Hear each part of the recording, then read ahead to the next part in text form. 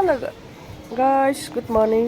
So आज त म नेपालबाट 15 दिन बाद आएर चाहिँ घर सफाइ गराइ हुँदैछ। हेर्नु होला घरको हालत त्यही च्यालेले भइरहेको सबै हेर्नु फुलहरूको हालत र लुगासुगा अब धोइ पारेर सुकाएँ।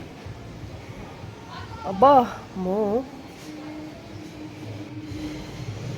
फुलहरूको हालत हेर्नु यहाँनिर फुलहरू सबै सफा गरेको अहिले भर्खरै।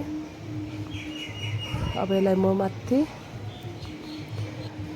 अब यो हो एलोभेरा, अस्ति दार्जिलिङबाट ल्याएको र मैले सारिरहेको थिएँ, मजाले सरेछ।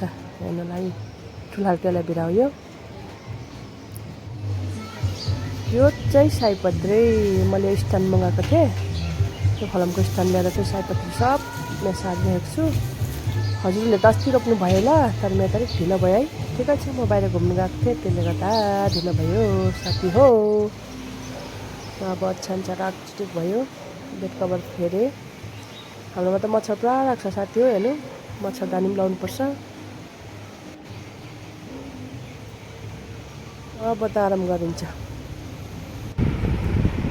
एकछिन अब आराम गरेको कपाल नुहाएर कपाल पनि सुकाएको छिन आराम गर्दैछु। हेर्नु होला